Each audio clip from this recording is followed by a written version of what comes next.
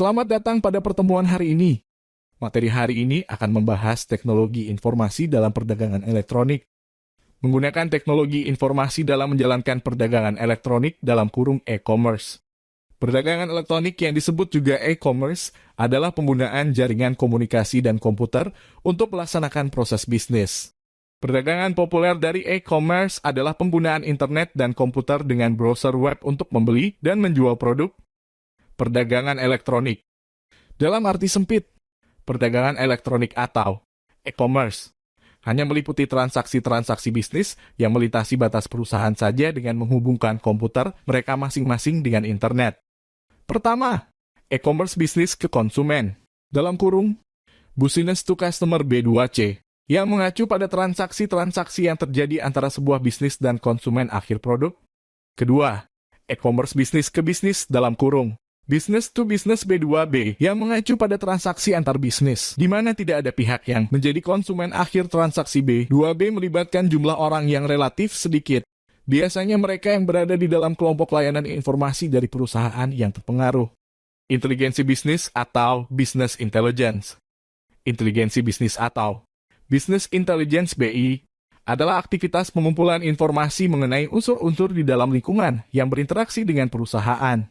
Basis data eksternal perusahaan dapat melakukan pencarian eksternal sendiri untuk kecerdasan pasar. Langkah pertama menuju pencapaian e-commerce adalah mendapatkan pemahaman mengenai lingkungan di mana perdagangan akan dilaksanakan. Sebagian besar kecerdasan ini dapat dikumpulkan oleh cara-cara non-komputer. Akan tetapi basis data komputer dapat menjadikan pemindaian volume-volume informasi dalam jumlah besar mungkin untuk dilakukan dengan cepat, mudah, dan menyeluruh. Sistem interorganisasional atau Interorganizational System IOS merupakan suatu strategi yang mengkaitkan unsur-unsur yang ada dengan transmisi data elektronik. Istilah lain yang sering dipergunakan untuk IOS adalah EDI, yang merupakan singkatan dari Electronic Data Interchange atau pertukaran data elektronik. EDI dianggap sebagai sekumpulan dari suatu sistem interorganisasional.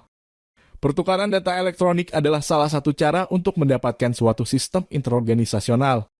Sistem interorganisasional, e-commerce merupakan suatu hal yang fundamental bagi sistem interorganisasional. Pertukaran sejumlah besar data secara cepat dan aman merupakan hal yang kritis untuk mendukung transaksi organisasi yang menggunakan teknologi informasi untuk mendukung transaksi organisasi yang menggunakan teknologi informasi untuk bersaing. Manfaat IOS sekutu dagang dapat memasuki suatu kerjasama IOS dengan harapan akan dapat merealisasikan dua manfaat penting, yaitu pertama, efisiensi komparatif yang terdiri atas dua. Efisiensi internal yang terdiri atas perbaikan dalam operasi-operasi perusahaan itu sendiri. Efisiensi interorganisasional yang meliputi perbaikan-perbaikan yang diperoleh melalui kerjasama dengan perusahaan-perusahaan lain. Kedua, kekuatan penawaran atau bargaining power merupakan kemampuan sebuah perusahaan untuk menyelesaikan perselisihan dengan para pemasok dan pelanggannya demi keuntungan perusahaan itu sendiri. Kekuatan ini diambil dari tiga area dasar, yaitu pertama, menawarkan fitur-fitur produk yang unik. Kedua, menurunkan biaya-biaya yang berhubungan dengan penelitian. Ketiga, meningkatkan biaya perpindahan. EDI atau Electronic Data Interchange. EDI adalah implementasi dominan dari suatu IOS. EDI terdiri atas transmisi data langsung komputer ke komputer dalam suatu format struktur yang dapat dibaca oleh mesin. Strategi B2C untuk e-commerce. Nilai uang e-commerce B2B menjadikan nilai uang e-commerce B2C terlihat begitu kecil. Alasan mengapa strategi bisnis untuk e-commerce B2C menjadi penting adalah semakin banyaknya jumlah produk dan jasa yang tersedia untuk pengiriman digital dan semakin banyaknya pelanggan yang mampu mengatasi keengganan mereka untuk melakukan pembelian dengan menggunakan web. Pertama, produk-produk digital. Beberapa produk dan jasa tertentu dapat dikirimkan kepada pelanggan melalui internet. Dunia hiburan menjadi salah satu produk awal yang mengambil manfaat dari internet. Lagu, album, film, dan produk-produk serupa dapat dibeli dari situs-situs web. Jasa-jasa juga dapat dikirimkan melalui internet.